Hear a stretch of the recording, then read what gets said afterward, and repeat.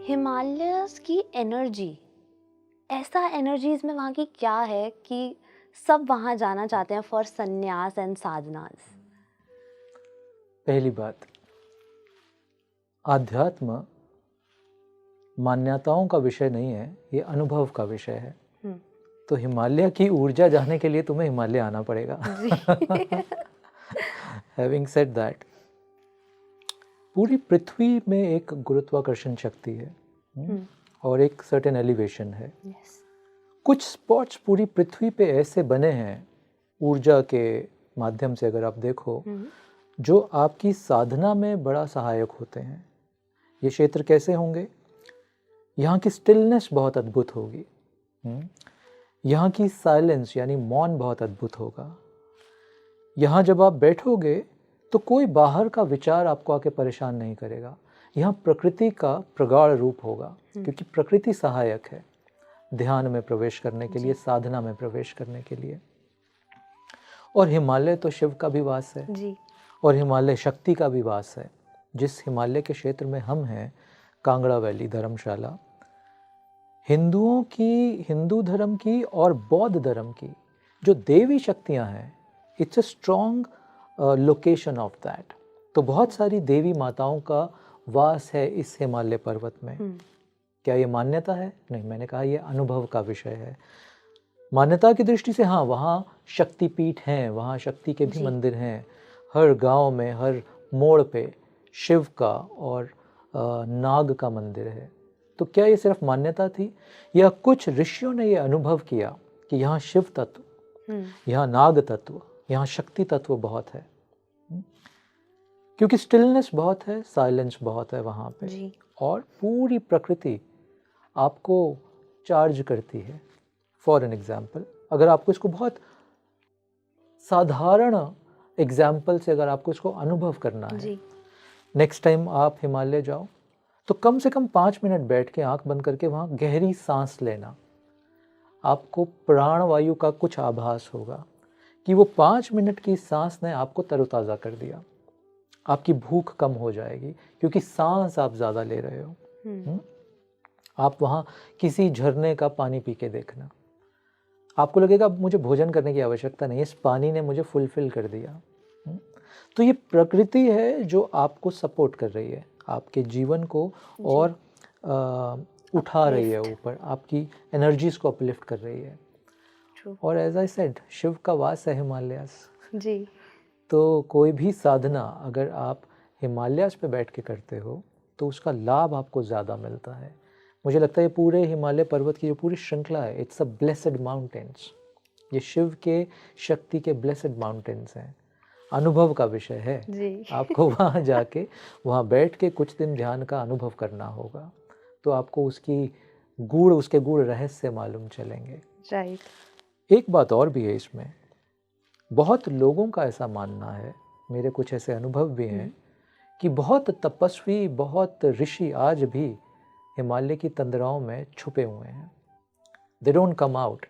आप जाके उनको मिल नहीं सकते, और अगर आप मिलोगे भी, आपको वो कोई साधारण सा एक साधु जैसा दिखेगा, बट आपको शायद नहीं मालूम होगा कि ये कोई बहुत पुराने ऋषि हैं यहाँ पे। They are very powerful, they are very powerful beings. इसी तरह इसका एक और छोटा सा उदाहरण जिससे आप इस बात को और महसूस कर पाओगे, कभी भी हिमालयाज में जाना, वहाँ के कोई पुराने वृक्ष देखना, तुम्हें दिखेगा वृक्ष की जटाएं निकली हैं, तुम्हें ऐसा लगेगा कि कोई बहुत पुराने ऋषि साधु बैठे हैं इस वृक्ष के आकार में। अगर तुम थोड़े भी आध्यात्म से जुड़े हो, तुम उस वृक्ष को छू के, बस स्पर्श करके वहाँ थोड़ी देर बैठना, तुम्हें बिल्कुल लगेगा कि कोई पुराने ऋषि यहाँ बैठे हैं जो तुम्हें आशीर्वाद दे रहे हैं। ये तुम्हें किसी शहर के वृक्ष से लगे मुश्किल है, लग सकता है, असंभव नहीं है, बट हिमालय के हर पुराने वृक्ष में तुम्हें यह अनुभव आएगा।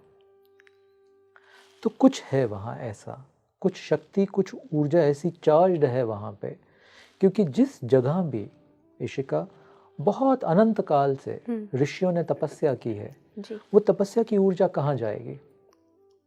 वो आसपास के कण कण में घुस जाएगी, एक एक कण में वो समा जाएगी तपस्या की ऊर्जा, वो आध्यात्मिक चेतना।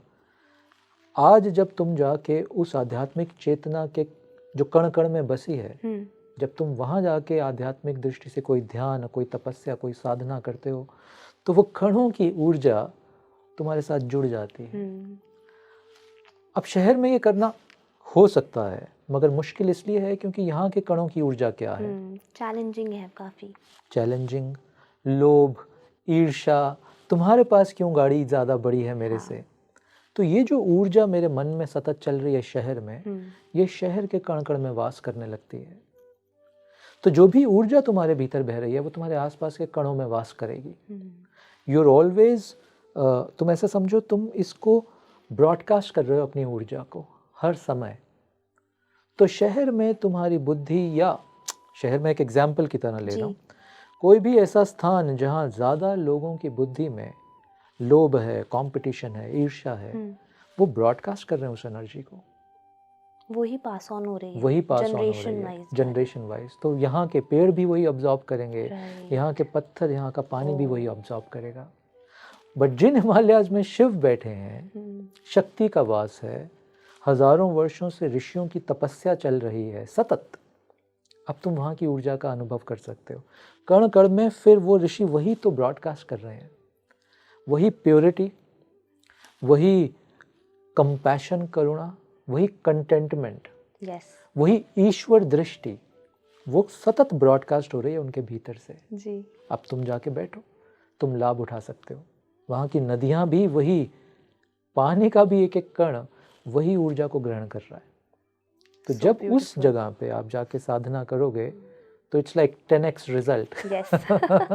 आपके एफर्ट का आपको रिजल्ट बहुत ज़्यादा मिलने लगता है। पूरा पृथ्वी, पूरा ब्रह्मांड एज इफ सपोर्ट कर रहा है आपकी साधना को। And may be it depends on your powers कि आप कितना एब्जॉर्ब कर पाते हो। ऑफ कोर्स हर आदमी, जैसा मैंने बोला, एक ब्रॉडकास्ट मैकेनिज्म भी है और एक रिसीविंग मैकेनिक्स भी है। है ना? अगर आपका रिसेप्टर ही बंद है तो आप हिमालयाज बैठ के भी व्यापार ही सोचोगे तो साधना नहीं सोचोगे। बहुत सारे लोग करते हैं। तो यू आर राइट, रिसेप्टर की क्वालिटी पे भी वो डिपेंड करता है कि आप वहाँ से कितना ले पा रहे हो।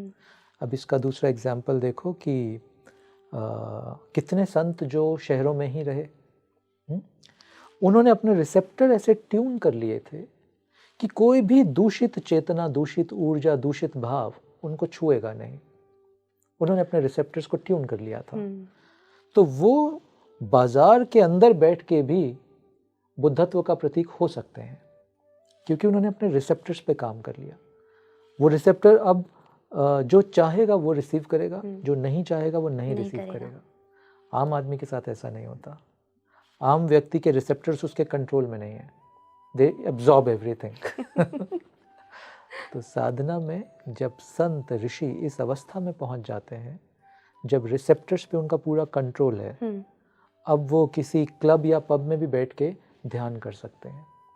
अब वो क्लब या पब की ऊर्जा भी या युद्ध क्षेत्र की ऊर्जा भी, जैसा महाभारत में हमने देखा, will not affect them. Receptor उनके कंट्रोल में है। What they receive, what they allow to enter into them, वो क्या चाहते हैं, जो उन कौन सी ऊर्जा को अपने भीतर प्रवेश देना चाहते हैं, कौन से विचार, कलेक्टिव विचार को वो अपने भीतर प्रवेश देना चाहते हैं, इसका नियंत्रण उनके पास आ जाता है जी।